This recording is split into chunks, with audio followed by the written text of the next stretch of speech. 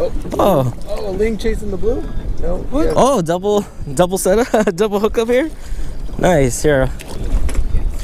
Wow, the whole family. Nice. Okay, you see that blue rock fish? That's the kind of fish that Miguel caught his 30-pounder on. So that's a great eating fish. Do you guys want him? You guys can have him to eat, or I can send him back down. Take the snap swivel off. Actually, you know what? Oh, there you go. Oh. Go ahead and let go. Okay, I'll let go? Yep. Oh, hopefully I didn't snag the bottom.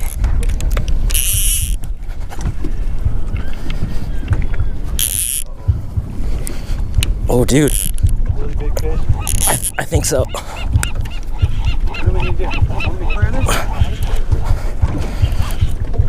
Oh, dude, this is a big one.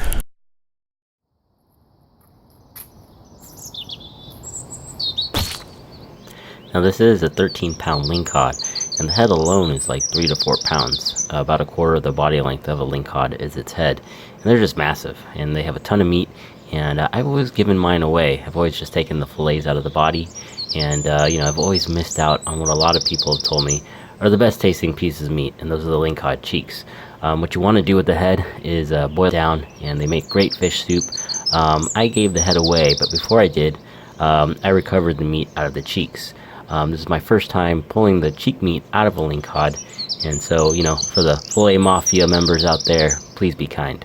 This is my first time not only you know, filleting a lingcod, but pulling the cheek out of the head.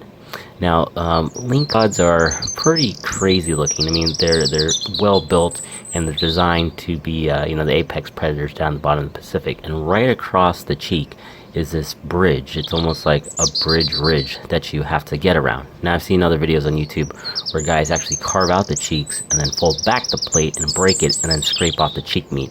I wanted to remove the bridge before I actually got to the cheek meat because I wanted to show on film, you know, the part where you carve out the actual cheek. So what I did was run my tip along, you know, the bottom and top of that bridge ridge and carve it out underneath. Just put my tip along the sides, slipped it under, and you know, ran my blade underneath the bridge. You know, I made sure I didn't go too deep because I didn't want to cut up the fillet underneath. So once I cut around it, I scored it on the bottom just to give me a little bit of an opportunity to crack it back pretty easy, which it did, and you know, came off not too bad. Probably not the best for your fillet knife. You know, the pros, you know, will carve it out and then break it out, but you know, I wanted to show how much cheek meat there was, you know, on the side of the head. Now it's like a literal bowl of meat. So, you know, now that I got the bridge plate out of the way, you know, I wanted to make sure that I get as much meat as possible. So again, imagine a bowl of meat. What you want to do is take your fillet knife and run the tip, you know, along the edges of the skull, and you know, let the bones kind of dictate where the knife's going to go. There's actually a ton of meat in here, and I'm so happy I took the opportunity to try to get the fillet meat.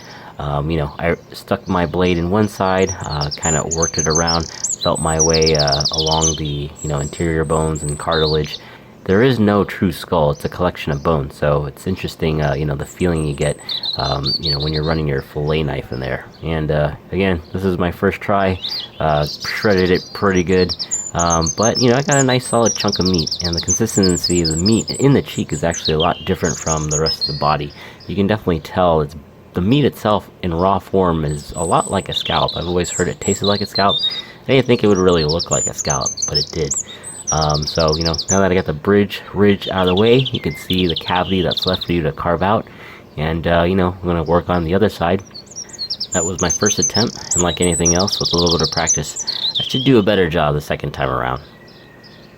So this scallop actually came out pretty round compared to the first shredded one, and I was pretty proud of the way it turned out. So, you know, I have one full scallop and, you know, 2/3 of another scallop. I probably left about maybe 20% of the meat in the rest of the head. There's actually a lot of meat under the nasal cavity that you can carve out if you really know what you're doing and make it part of your cheek meat. And again, there's a ton of meat around the interior bones that make up the entire head. There is no true single skull. There is no lingcod skull. It's just a collection of bones held together by sinew and cartilage.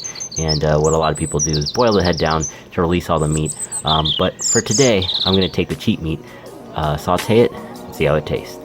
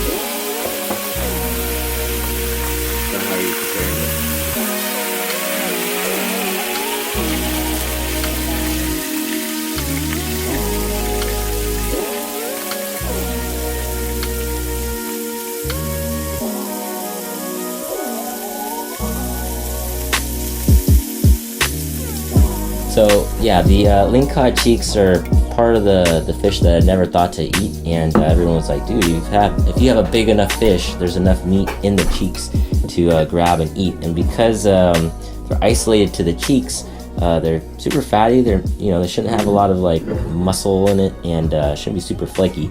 It should kind of have the consistency of a scalp. So I've never had it before. Missus sauteed it in butter, olive oil, white wine. There's garlic, and I think chopped up parsley on it. And she cooked it for like not even 5 to 6 minutes, let it rest a little bit. And here it is. You ready to try it? Yeah, we'll taste. Okay. All right, you're gonna take your first bite and you let me know how it tastes, okay? I think it would taste like crab. Crab? Well, that tastes pretty good. You like crab, right? You ready? Yeah. Okay, chew it up. Mmm. How's that taste? Good. Good?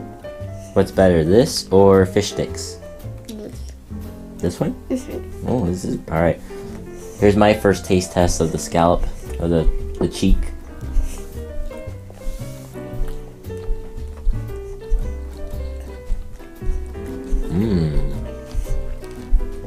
That tastes like, kind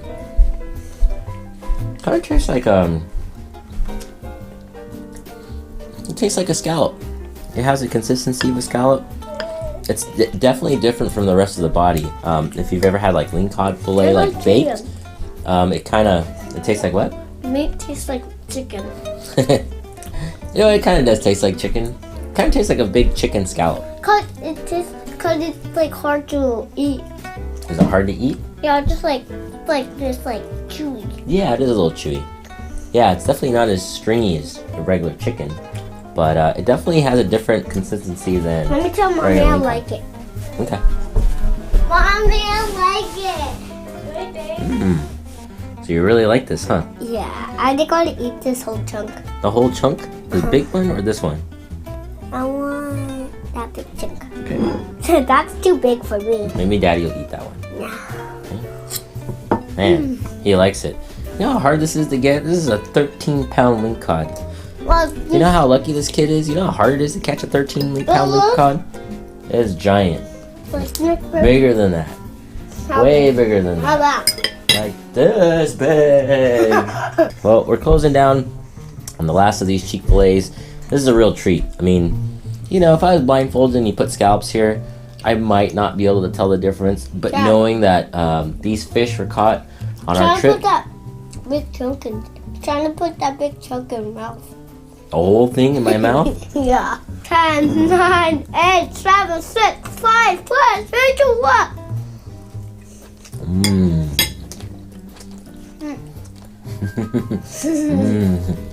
Pretty good, huh?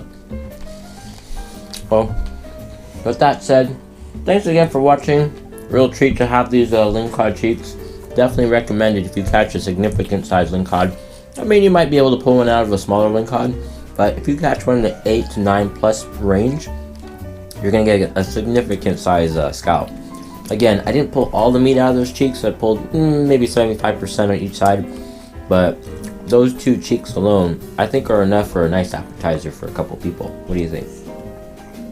Pretty good. All right, to the next big teener lingcod. Thanks again for watching. Lingcod cheeks, worth the effort. I got a lot of pressure. Whew.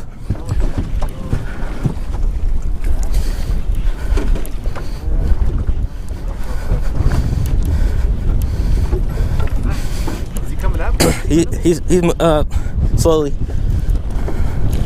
He's good size.